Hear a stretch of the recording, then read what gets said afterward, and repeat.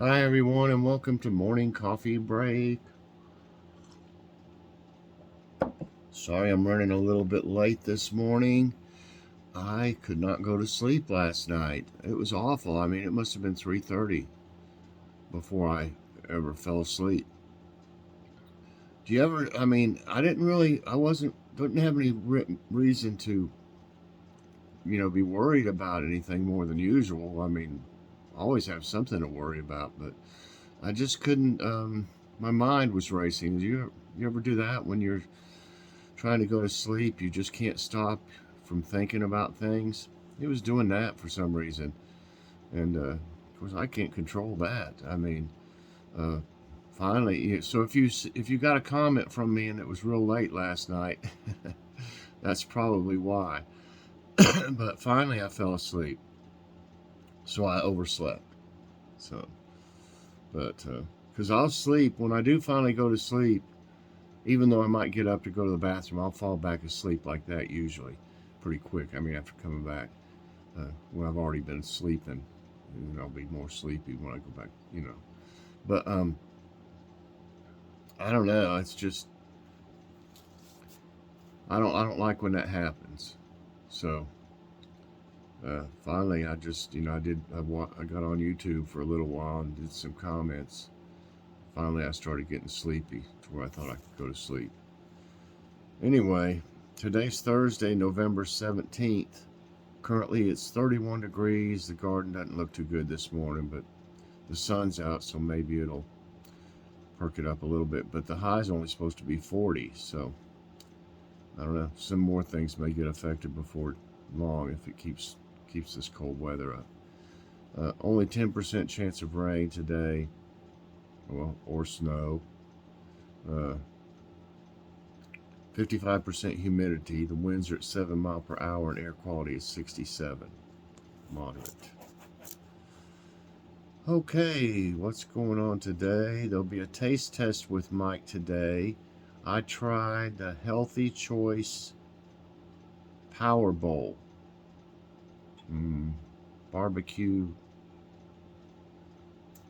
I forget what it says on it. Something like sweet and something barbecue. And it's got all kinds of vegetables. So definitely check that out. I haven't done a whole lot of Healthy Choice because some of theirs are a little more expensive. I've done a lot of Lean Cuisine and what that other one, Smart Ones, but haven't done a ton of Healthy Choice stuff. Not that I, wouldn't like to or anything, but they just run a little bit higher. Um, so what's for dinner? We had baked. I was gonna just fix regular cold sandwiches, but I got thinking about it, and my mom makes these sandwiches. They're with ham, and she baked them in the oven, and I've made them before. And I think you use like Velveeta cheese with those or something like that you cube up. And but anyway, I was thinking about that, and I thought, well, you know what? I'm just going to bake these. So I made them, and I put them in foil and baked them. And I used a mesquite turkey. I had some regular turkey too, some oven baked turkey. I used some of that. I also used some Canadian bacon. I used a piece of Colby Jack. I used a piece of hot pepper cheese. And before we had them, after I baked them, I put some French fried onions on them that I had here, where I had a recipe. I used them on a while back. And they were fantastic. They were great. So watch that short. I did a short on it. It's done good. I think it's got 1,500, 1.5K or something like that. But it was really good. And we just had some of those chips, some of those tortilla chips that were sweet potato. And those things are great. So I had some of those with our sandwich. So that was pretty healthy. What's for dinner tonight? We're having one of those. We didn't get it this past time. I think we did get it this past time we went to Walmart. We went to Walmart yesterday, and I'll have a haul whenever it comes up. I got another video before and we did a walkthrough. We did a walkthrough and of the like the goodie section for Christmas and the cat section. But anyway, back to what I was saying. We got a great value turkey stuffing bake, and I forgot all about having it. I was looking for the kielbasa or Polish sausage or whatever it is. I was looking for that last night. I was going to make jambalaya, but I saw that turkey stuffing bake, and we decided we'll have that tonight. And I think we're going to have some, um, maybe some sweet potatoes, something else with it, you know. I'm not for sure yet. Probably maybe some sweet potatoes with marshmallows or something. Yeah, that's a little close to Thanksgiving, but we just go ahead and have it. I don't know. We bought it intending to have it before now, and I forgot it was in there. So but they won't have it. It's really good if you've never had that one before. I think they went up a little bit on it. It used to be like $5.99 at one time. Now I think it's $7.99. So what are you gonna do? You know. Well, here's a picture of the sandwich and those tortilla chips. Man, those chips are good. And that sandwich was good. You can see the French fried onions on it. So yeah. Let me see now. Okay. Time for today's tidbits. Only got a couple today. Most of them were, almost all of them were about the cold snap that's hitting the country right now. Just different states, they would mention different things about the cold weather. But this one is James Webb captures a protostar. I wanted to say photostar, an hourglass-shaped cloud. Kind of hard to see it. I guess that's it right there. The James Webb Space Telescope captured a young star or protostar hiding inside a blazing hourglass-shaped star forming region in the Taurus constellation. The near-infrared camera on the telescope captured the protostar within the dense cloud of gas and dust known as L1527. The protostar is considered young as it is only about 100,000 years old. Oh, it's a baby. Oh, another thing. I'm so congested from my allergies and stuff. I don't know if it got... How looked like the allergies would start to get better a little bit right now. But I was also very congested last night. It's hard for me to sleep when I'm like that. Uh-oh.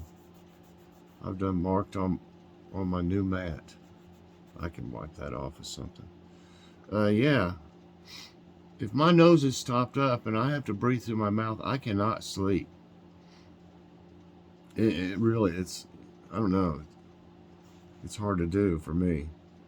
Okay, NASA releases first image of the Earth shot by Orion spacecraft. The one that just went up. The moon rocket. NASA shared the first view of the Earth captured by Orion spacecraft about 9 hours after launching from Kennedy Space Center in Florida. The last time, an Earth view image was shared from a crew capsule was during NASA's Apollo 17 mission in 1972. Another image by NASA showed a mannequin wearing the Orion crew survival suit inside the spacecraft. The crash test dummy has a suit on. Okay, let's see. Let's find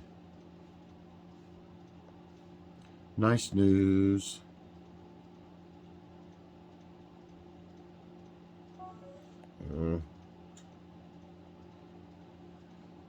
Oh, where is it? There it is. Well, come on. What is this thing doing? I didn't press it like that. I mean, let me try it again. I don't know what it's doing. It wouldn't let me click on it. Okay. I don't know what it was doing. It was like I was supposed to delete it or something. Things do crazy stuff sometimes on, internet. You're like, what is it doing, NASA's first female launch director sends off Artemis 1 rocket. Early yesterday morning in Florida, NASA finally sent the Space Launch System, the most powerful rocket ever built, into the cosmos, the first step in the agency's quest to once again put humans on the moon. The final call to go for launch for the mission called Artemis 1 came from Charlie Blackwell Thompson, NASA's first female launch director. Firsts don't come along that often, and to be at the beginning of a program that is going to take the first woman and the next man back to the moon is pretty special. Blackwell Thompson, who took her post back in 2016, said this summer, according to the New York Times, "It's pretty special to me." At another press conference, she noted how her position in Artemis 1 marks a stark change from how things were during NASA's first moon mission, Apollo 11 in 1969. At the time, there was one woman in the room of 450 men. On Wednesday, 1/3 of the roughly 100 engineers present were women per the Times. Well, that's good that they got more women. Mindfulness program tackles the mental health effects of natural disasters. The physical effects of a hurricane or similar natural disaster are usually immediately clear: flooding, downed trees, roads, and houses destroyed. But there are more invisible tolls taken on survivors, leading to stress, anxiety, and other mental health struggles. I'm sure there is. It would be awful for me. I couldn't. So I can imagine how everybody feels. Some must grieve the loss of loved ones or pets, or of long-time homes and community spaces, causing wounds that can endure for years. And they would, I'm sure they would. So while relief organizations rehabilitate infrastructure, one woman is working to rehabilitate people. Kentrell Jones, the executive director of a Louisiana Habitat for Humanity chapter, came up with the idea for a 6-week mindfulness program following Hurricane Ida last year. Now underway, the inaugural program aims to give survivors a space to decompress and connect with others who have experienced similar traumas. Well, that's good. Inside one of the world's most remote museums.